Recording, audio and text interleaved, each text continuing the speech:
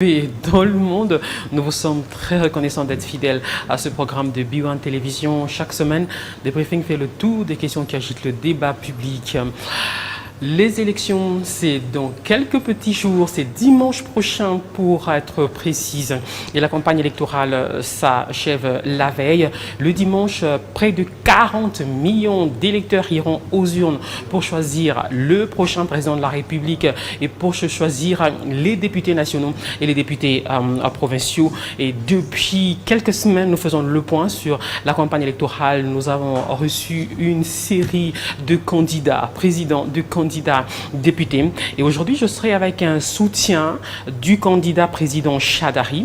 Avec lui, on va faire un zoom sur la campagne du candidat du Front commun pour le Congo, plateforme du président sortant. Stéphane Bouansa, bonsoir. Bonsoir. C'est un habitué de débriefing. Ouais. Il est le responsable du PPRD en Chine. Il vit en Chine depuis environ 10 ans. C'est un homme d'affaires. Et il est à Kinshasa. Il va nous dire pourquoi. Ça fait quelques semaines qu'on vous voit à Kinshasa, en mission, en vacances ou en campagne. Merci beaucoup. Ça fait plus de 10 ans que je suis en Chine, bientôt 20 ans. Et si nous sommes revenus ici chez nous, c'est pour apporter notre soutien au candidat numéro 13, Emmanuel Ramazani Chadari, pour défendre son programme de développement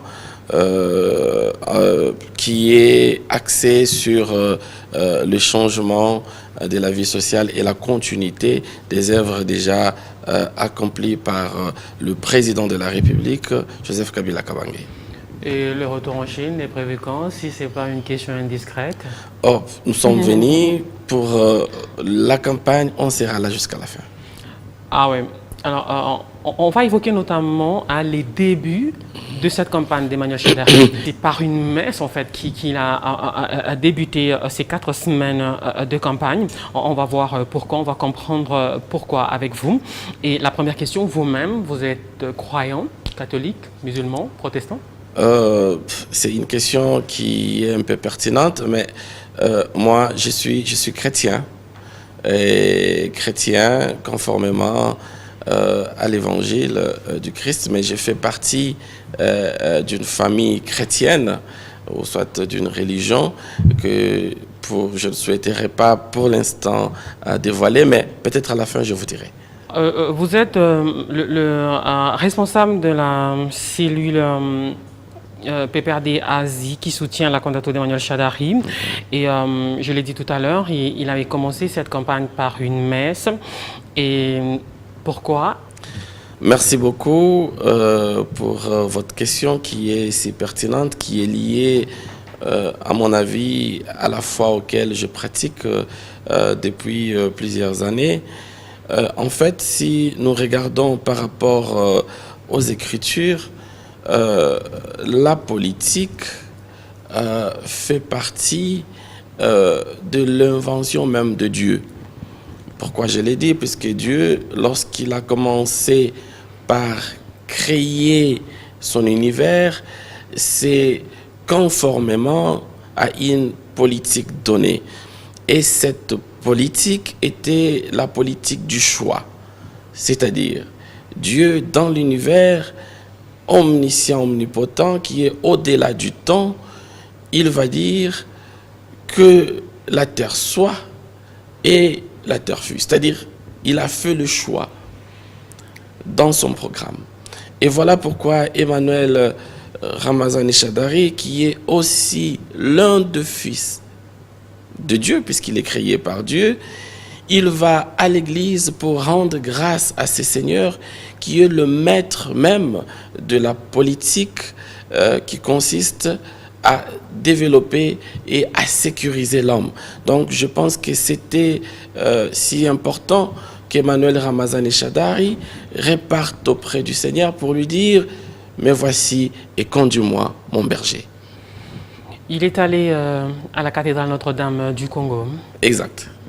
Est-ce parce que c'est un catholique pratiquant ou c'est un clin d'œil aux catholiques, étant donné que pendant très longtemps, le régime a eu des relations difficiles avec les évêques catholiques? En fait, je souhaiterais faire la part des choses entre la foi pratique et les religions.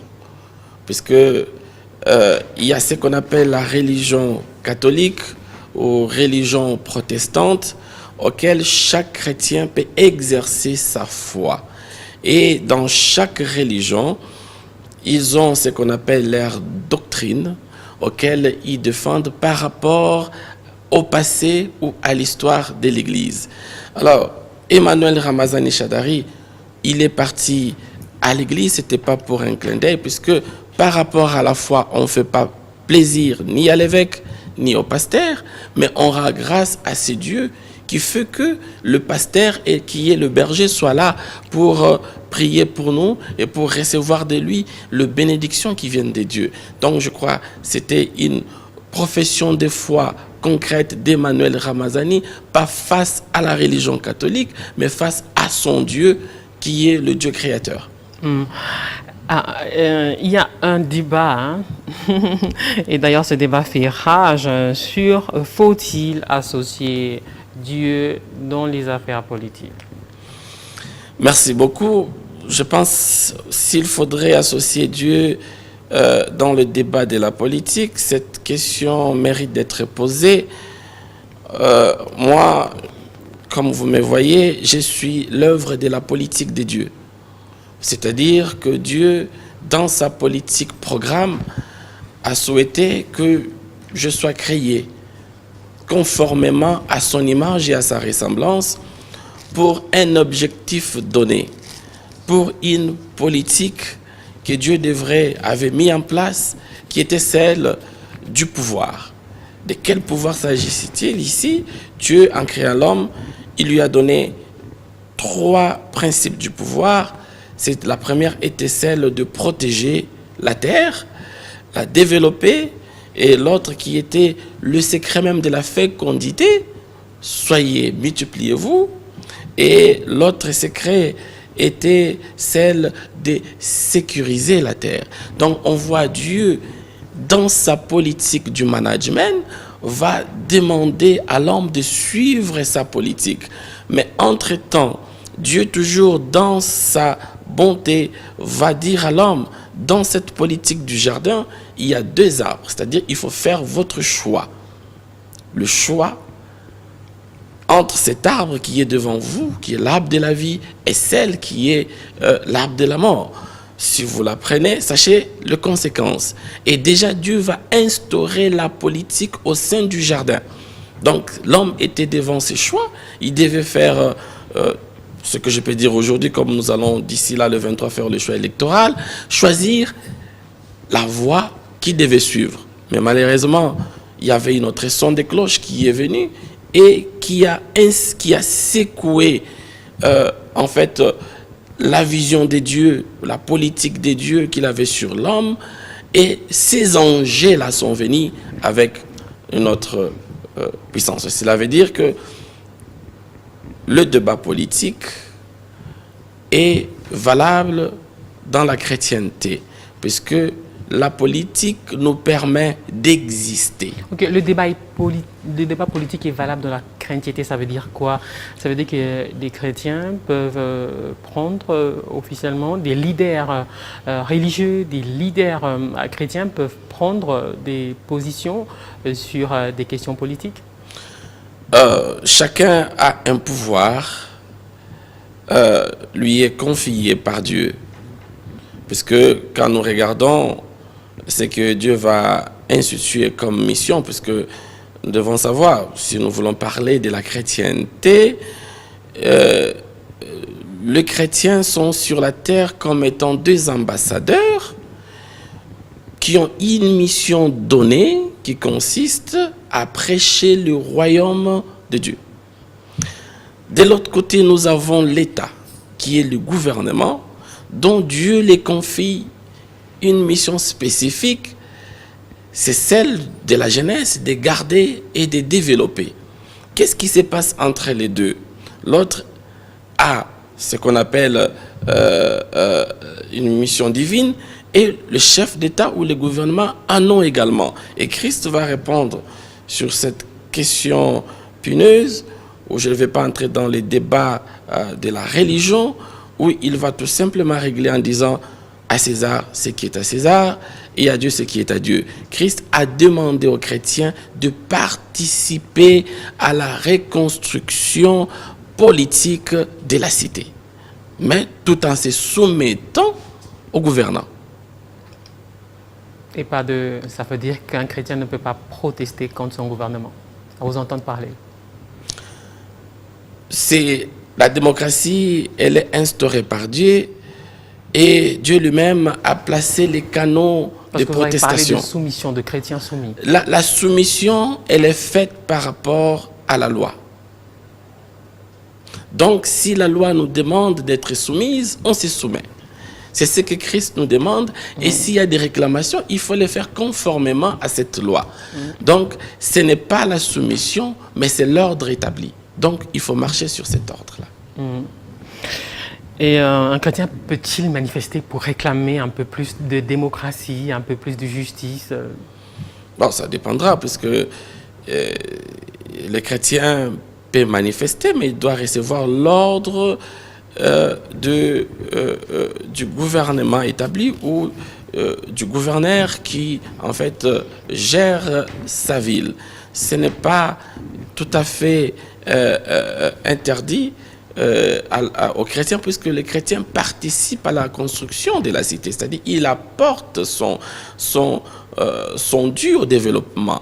Donc, mais s'il faudrait en fait manifester, il doit le faire conformément à la loi. Il doit se soustraire à tout ce qui est comme soulèvement contre le pouvoir. Okay.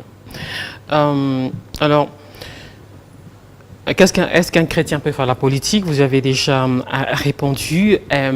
Comment démontrer que c'est conforme à la volonté de Dieu qu'un chrétien soit un politique pratiquant, si je peux me permettre l'expression? Conforme à la volonté de Dieu, cela peut se manifester à deux étapes.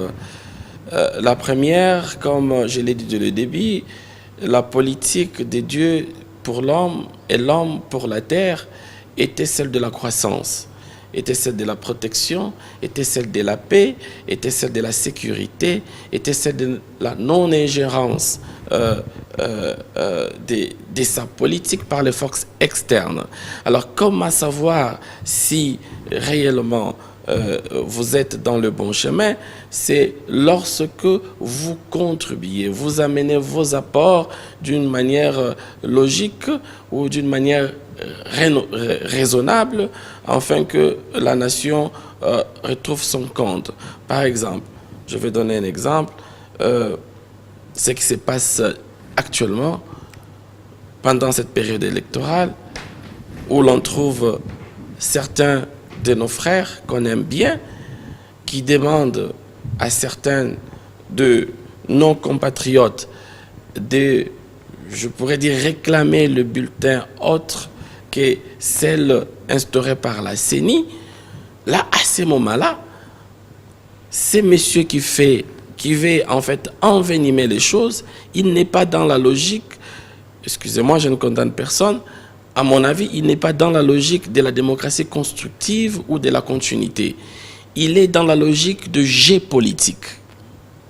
Du jet politique, du camouflage politique, qui consiste à tirer les draps vers son côté, à chercher la popularité, à accuser les autres comme s'ils étaient des diables. Et lui, il se présente comme le saint des saints, l'unique personne capable à construire la nation. Sans lui, c'est le chaos. Ça, cette manière de voir les choses, déjà, vous met au-dessus des autres. Vous vous voyez déjà comme un Dieu, mais nous, de notre côté, nous disons, avec le programme Shadari, on dit, votez notre programme. Vous comprendrez qu'on est juste dans la logique du programme. Pourquoi vous votez il faut voter Shadari, puisqu'il a un programme. Alors, lorsqu'on dit Shadari, puisque c'est quelqu'un qui peut-être ne répond pas à certains profils de jeu politique, nous disons aux chrétiens, faites attention, puisque ça, ce sont des pièges de politique qui n'est pas, en fait, conforme à la foi auquel nous devons pratiquer pour construire notre nation. Pendant longtemps, Votre famille politique a reproché à la conférence des évêques catholiques de prendre position contre le pouvoir.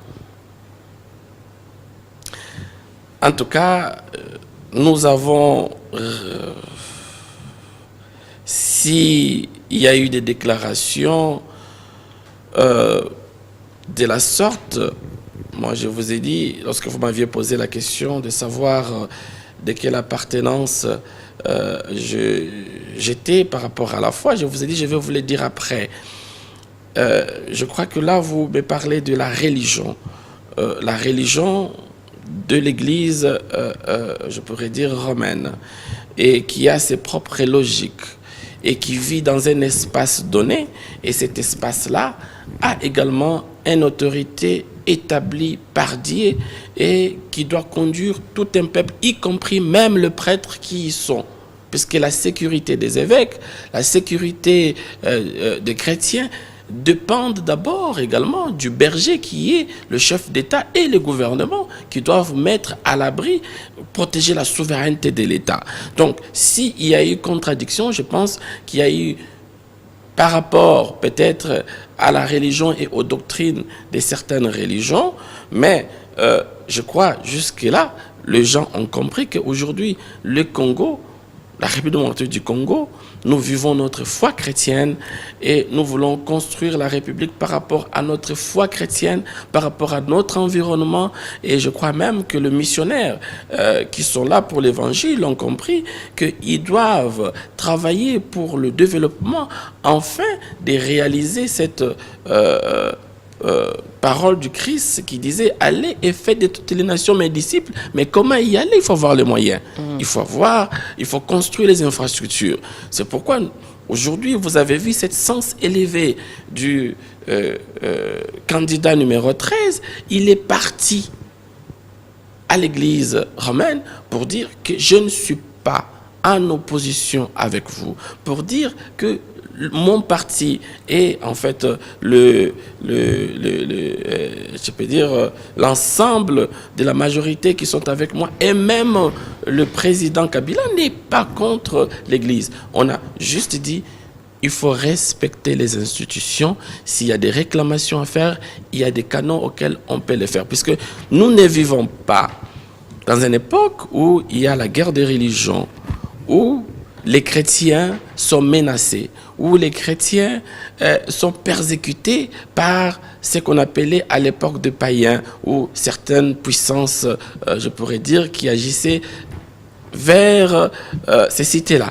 Mais ici, il s'agit d'une démocratie verte qui doit reconstruire la nation. Donc, nous avons besoin que nos religieux entrent dans cette cohabitation mystique pour, en fait, accomplir la volonté divine qui est de protéger, de développer et de construire. Vous êtes dans le « à Dieu ce qui est à Dieu, à César ce qui est à César ». Exactement, c'est cette idéologie auquel j'adhère. Alors, j'ai une autre question. Vous êtes un soutien du candidat Ramazani Shadari qui prône la continuité des œuvres du président Kabila, alors que nous le savons, la majorité de la population vit dans une grande misère, et la majorité d'opposants, puisqu'il y en a au pouvoir, mais ceux qui ne sont pas avec le FCC pensent que le régime de Kabila a échoué. Or, l'une des vertus des chrétiens, c'est de dire la vérité. Est-ce que vous pouvez regarder les gens en face et leur dire la vérité sur ce qui les attend? En tout cas, c'est pourquoi j'aime beaucoup passer sur B1, puisque vous êtes toujours à la recherche de la vérité. Mais la seule question que je me pose, de quelle vérité parlons-nous? Parce que s'il s'agit de la vérité de Dieu pour bâtir la cité, je peux vous répondre d'abord que cette vérité nous demande d'être sincères au fond de nous-mêmes. Et cette sincérité, c'est celle de savoir que la reconstruction d'un État est un processus Et nous étant humains, nous sommes limités par rapport au temps et la logique nous pousse à admettre cette logique de la continuité. Pourquoi? Puisqu'il y a des choses auxquelles l'autre peut faire et il peut s'arrêter à un moment donné et qu'un autre peut continuer pour le faire. Donc si aujourd'hui on dit que le peuple congolais est dans la misère et il faut chercher la vérité de la foi dans cette misère, déjà on est mal barré. Ah oui, c'est-à-dire? C'est-à-dire, lui-même, le maître auquel je place toute ma confiance, il va dire que je vous apporte ma paix, mais pas comme celle du monde. Et il dit, vous connaîtrez la vérité et la vérité va vous affranchir. C'est très philosophique là. C'est philosophique, mais ça a un sens du changement. C'est-à-dire que la vérité recherchée par l'humain était polluée par les enjeux politiques et la religion également, à un certain moment, avait commencé à jouer le jeu politique. Et lui va venir pour dire, mais là, vous allez à l'encontre de ma mission. Donc aujourd'hui, le chef d'État africain, européen, asiatique, ont comme mission de nourrir son peuple. Et il doit le faire quotidiennement et en fonction, je pourrais dire, des réalités auxquelles il va affronter. Est-ce que nos amis de l'opposition peuvent me regarder en face et me dire la vérité? Si le jour où ils seront chefs de l'État dans ces pays, mais ça sera, ils doivent faire beaucoup d'efforts puisque nous ne les laisserons pas faire, qu'ils vont éradiquer le problème social, qu'avec eux, tous ces racines blancs, comme la neige. Chacun d'entre eux a présenté un programme ambitieux. Ah oui, mais nous disons, si vous cherchez les saints dans la politique, par rapport à l'évangile, nous pratiquons notre foi, nous vivons par la foi. C'est-à-dire que la foi nous demande de travailler, de développer. C'est-à-dire que nous devons chasser la misère autour de nous. C'est-à-dire que misère, guerre et consorts doit continuer jusqu'à ce que lui-même, le maître, puisse arrêter cette guerre par son vouloir. Mais en attendant, nous disons, je regarde en face le peuple congolais, je leur dis la vérité politique d'ici que nous avons fait et la misère, nous la combattons et qu'après l'élection du 23 décembre, ensemble avec Emmanuel Ramazani Shadari, mettons-nous ensemble pour transformer le Congo et Dieu sera fier de nous. Comment va-t-il transformer le Congo? Comment on va transformer le Congo? Mais c'est par l'art, en fait, de la politique, l'art du programme du développement politique, l'art de la croissance, l'art de la vertu, du respect, en fait, de deux urnes. C'est-à-dire, nous devons ensemble construire cette nation puisqu'elle nous appartient. Et nous devons nous regarder en face pour dire il faut laisser le jeu politique à côté à un certain moment et se dire non, ce peuple a besoin de nous les politiciens pour transformer cette cité. Ramazani Shadari, son projet de société s'évalue à environ 80 millions de dollars. La question est vaste, hein, je l'admets, celle de tout à l'heure. Comment va-t-il développer le Congo? Quelles devaient être les priorités d'après vous pour sortir le Congolais du faible pouvoir d'achat et de la pauvreté? En tout cas, le Congolais vit avec moins de $2 ou $1 par jour. Moins de $2. Le vrai problème, nous vivons avec moins de $2. Mais si nous sentons ce choc-là, cela est dû, par exemple, à un certain moment, on est resté après l'indépendance, pendant plusieurs années, dépendant des importations vers l'extérieur. et le 2% ne convient pas. Pourquoi? Puisque lorsque nous importons tel ou tel produit de l'extérieur, il y a des taxes auxquelles nous devons payer et l'homme d'affaires qui importe cela doit également apporter son bénéfice. Et voilà ce que Shadari nous dit, conformément à la continuité. Il dit, nous allons, à travers le projet, mon projet, créer les richesses au niveau national.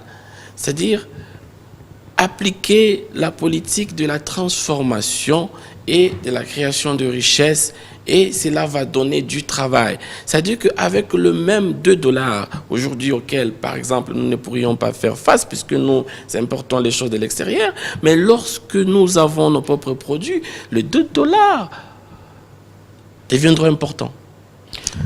Au Congo, on ne produit pas.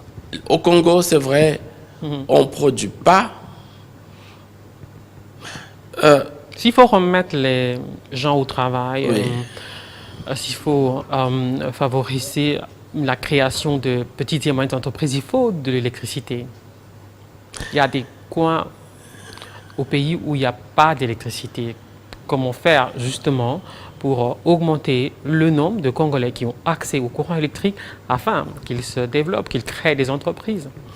Vous savez, il y a, c'est pourquoi le candidat numéro 13 parle du programme, puisque l'électricité et les infrastructures routières sont le base même du développement. Alors, comment devrions-nous faire? Il dit dans son programme qu'on va cibler 2 provinces, d'abord 2 villes qui seront 2 provinces pilotes où nous allons déjà commencer avec la continuité, bien sûr, de ce que le chef a fait, à transformer nos produits agricoles. Nous allons construire des maisons, puisqu'il y a un projet que le chef de l'État avait mis en musique, qui s'appelle projet de développement dans les milieux ruraux, qui consiste en fait à créer et à transformer et à développer. Mais on ne peut pas le faire d'une manière dispersée. Donc, on va choisir 5, 6, 7 villes auxquelles on doit travailler avec ces villes-là pour créer des richesses. Et ces richesses qu'on doit maintenant transformer sur place, cela va nous permettre à les évacuer toujours dans d'autres agglomérations au niveau interne. C'est-à-dire que les taxes à payer sur place seront bénéfiques à notre propre développement. Donc, d'une manière concrète, Ramazani, si aujourd'hui il est élu, puisqu'il le sera, dans les 100 jours qui vont suivre, on mettra en exécution ces projets du développement dans les milieux ruraux pour en fait créer d'abord, essayer de développer là où il y a déjà l'énergie. Nous allons, avec le lieu où il y en a, essayer de voir comment donner plus d'énergie, c'est-à-dire augmenter les capacités de l'énergie pour nous permettre à transformer ce que nous faisons, en attendant d'acheminer cela à travers le programme du développement qui, là, lui-même l'a dit, que c'est d'ici 2050, d'ici 2020, si vous nous donnez l'État, voici ce qu'on fera. Alors, l'autre préoccupation, c'est plutôt l'acheminement, vous l'avez évoqué, des produits agricoles vers les centres de consommation. Dans la plupart des cas, il n'y a pas de route ou des routes plutôt en piteux état. Qu'est-ce qu'il a promis à ce sujet? Non, il a dit que nous allons construire, nous allons continuer en fait avec cette politique de la construction des infrastructures.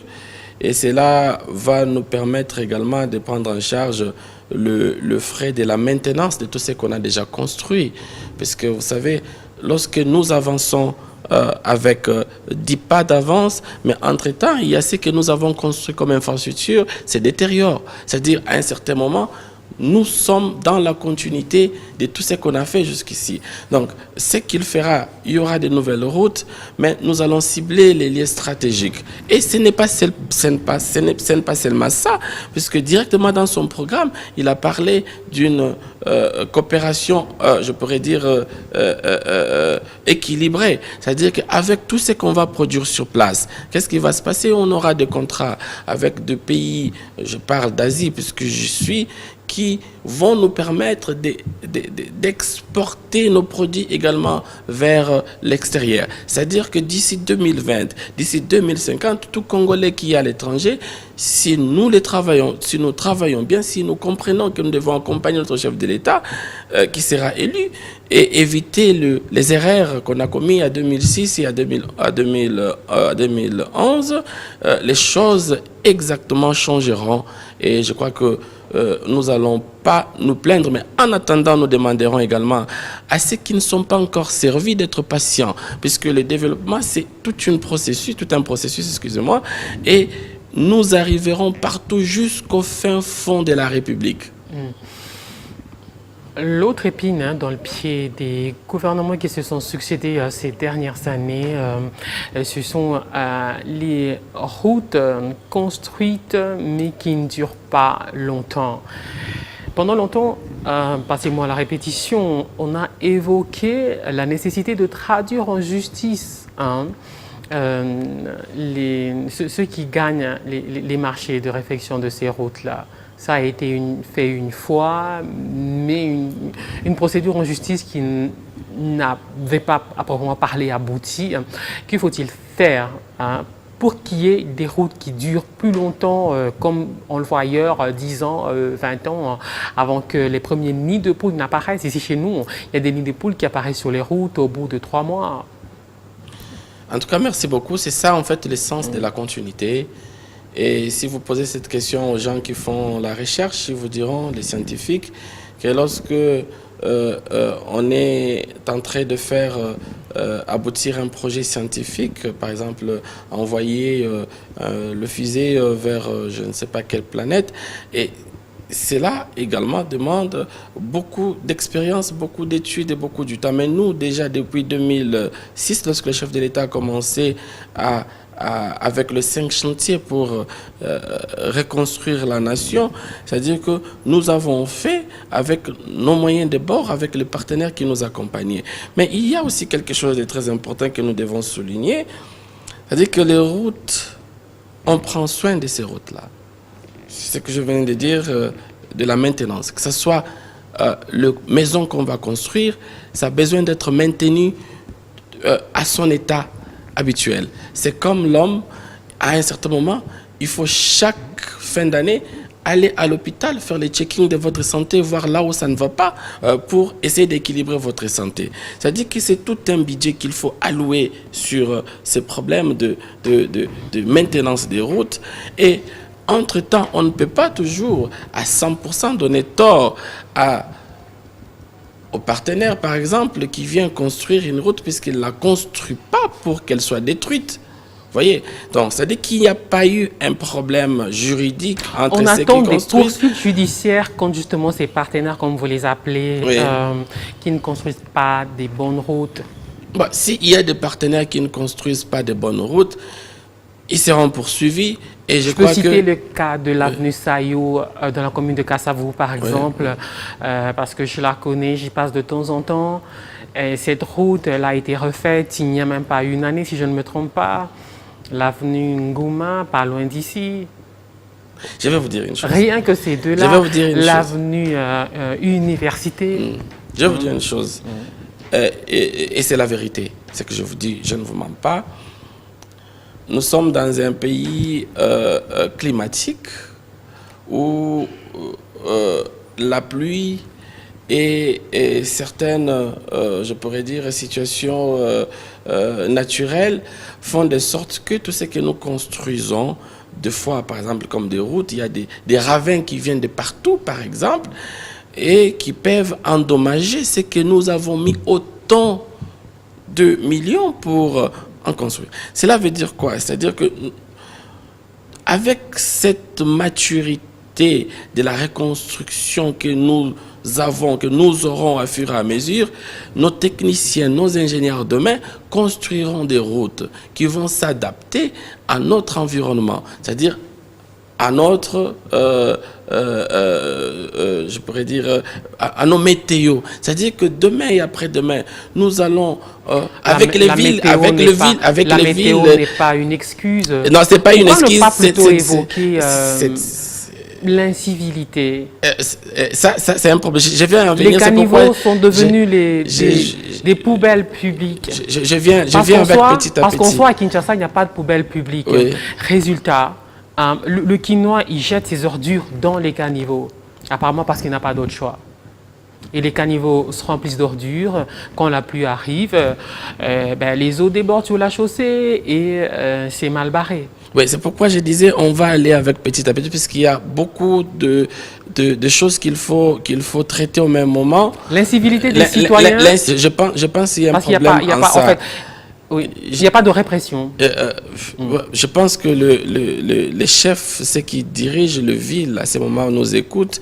Et je crois que je vais donner, excusez-moi le terme, l'exemple de la ville de Kinshasa, où à 2000, c'est pas loin, où il a signé un contrat avec le plus grand société du monde sur la planification de la ville, qui est Sulbana International. L'objectif était, en fait, de faire le master plan de la ville. C'est-à-dire, aujourd'hui, quelles que soient les mesures qu'on peut prendre, si on n'arrive pas à faire le master plan d'une ville, c'est chaotique. Même les problèmes de déchets, on ne va pas les résoudre.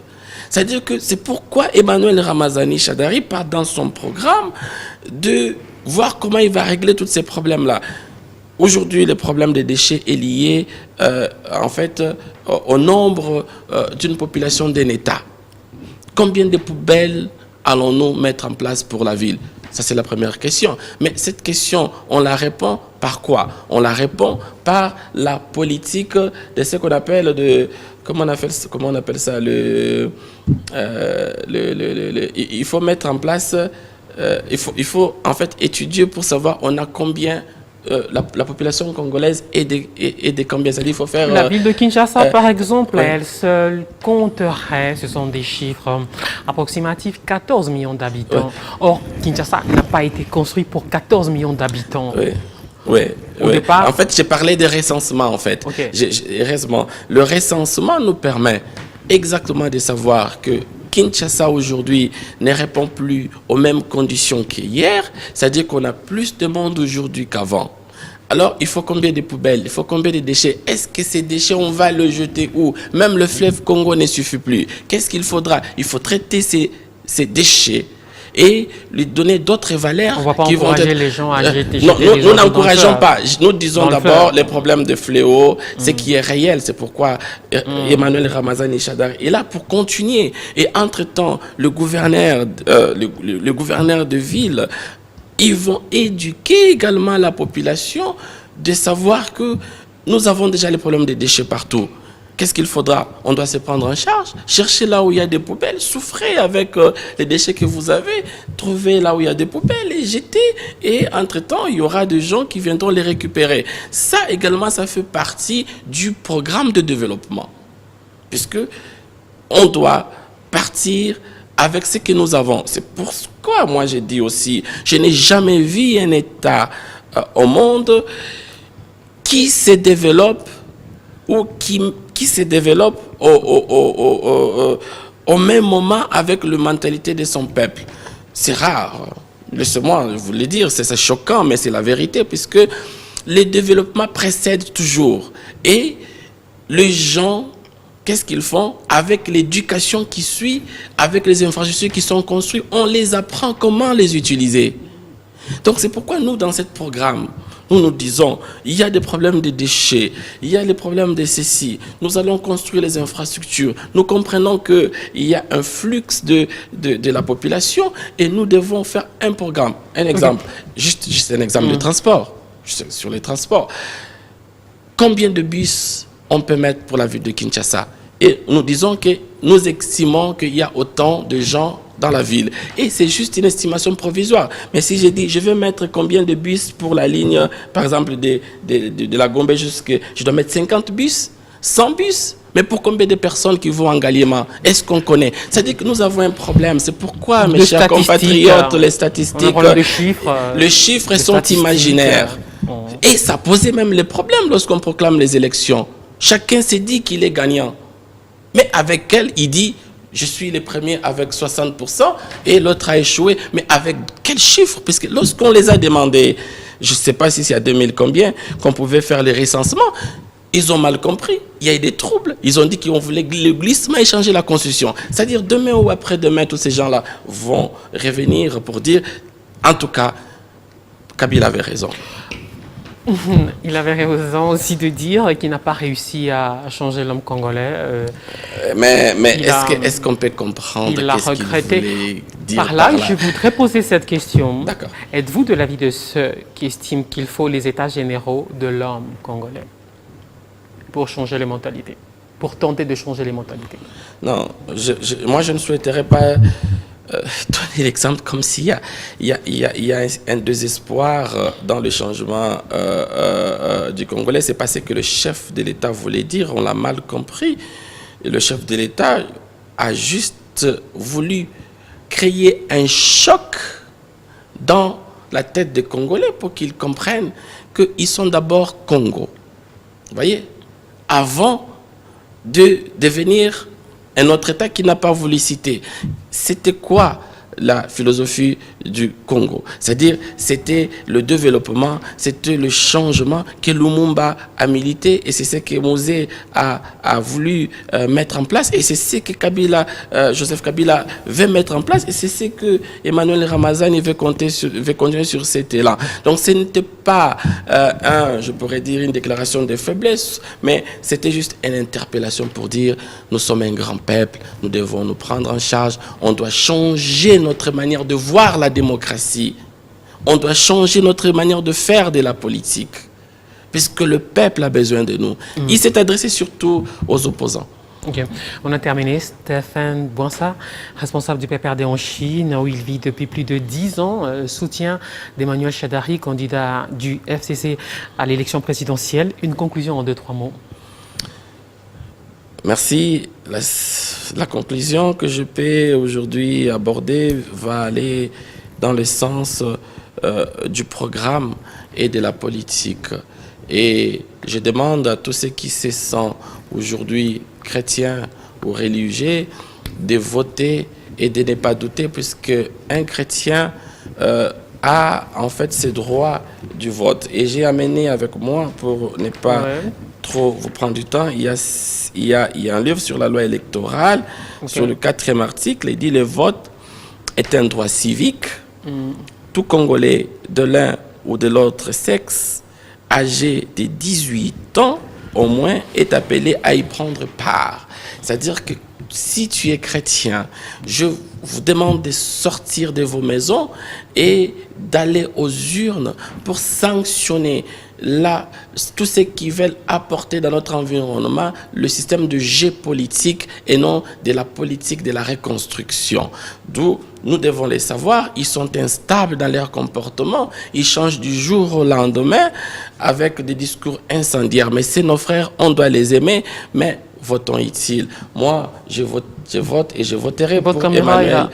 Je voterai pour Emmanuel Ramazani Shadari, pas puisqu'il est le plus saint de tous les saints du Congo, mais puisque son programme me convainc et j'adhère. Votons Emmanuel Ramazani Shadari. Je vous remercie. Merci beaucoup. Et avant votre appel à voter pour Emmanuel Shadari, moi je vais noter cet appel au calme parce que de plus en plus la tension monte entre les deux camps et on a tous intérêt à ce que l'élection dimanche prochain, 23 décembre 2018, se déroule dans le calme sur toute l'étendue du territoire national. C'est le vœu de tout le monde. Je vous retrouve la semaine prochaine pour un débriefing et demain en rediffusion, demain jeudi à 7h15, vendredi 7h15 en rediffusion sur Canalsat et 9h15 vendredi sur le B1 local seulement. On termine par le selfie, s'il vous plaît. Merci.